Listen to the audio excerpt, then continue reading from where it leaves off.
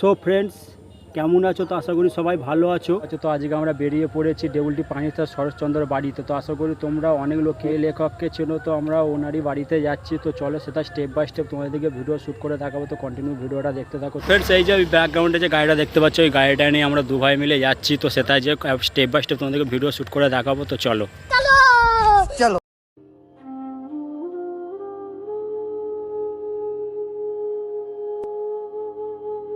প্রিয় পার্বতী, অনেককাল পর তোমাকে একখানি পত্র লিখছি। তুমি এখন কেমন আছো খুব জানতে ইচ্ছে করে। তোমার সাজানো বাগানের মতো সংসার, ছেলে মেয়ে, দাস দাসী নিয়ে সুখেই আছো না?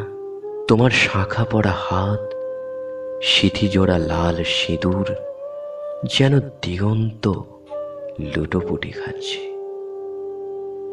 সব কেমন দেখতে ইচ্ছে করে, আর আমি মরেও শান্তি পেলাম না।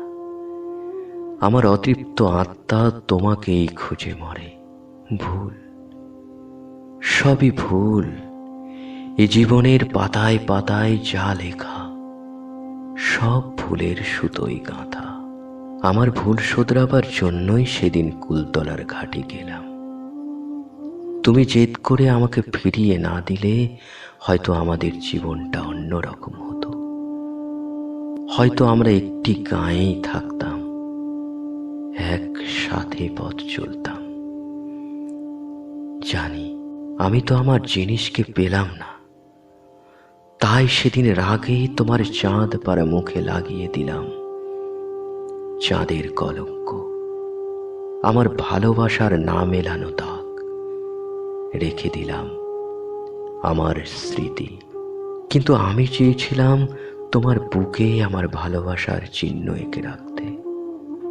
তোমার অমন ললাট, তোমার অমন অধর আমার আঁচলা ভরা প্রেম জলে ভরিয়ে দিতে। কোথা থেকে কি হয়ে গেল?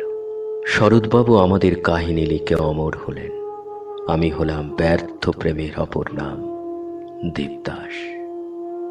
তাই আজও বাংলার ঘরে ঘরে প্রত্যাখ্যাত বিরহ প্রেমিক দেখলেই বলে, তুই দেবদাস হয়ে গেলি।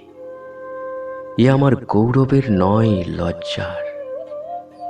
কিন্তু বিশ্বাস করো, আমি দেবদাস হতে চাইনি।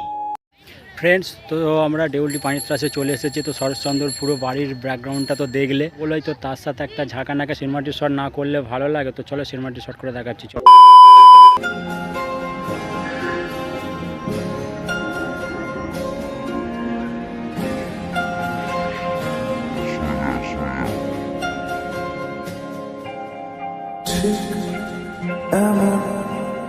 এভাবে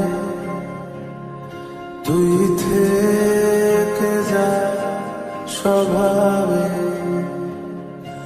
আমি বুঝেছি ক্ষতি নেই, আর তুই ছাড়া গতি নেই। ছুঁয়ে দে আলো, ফুটে যাবে।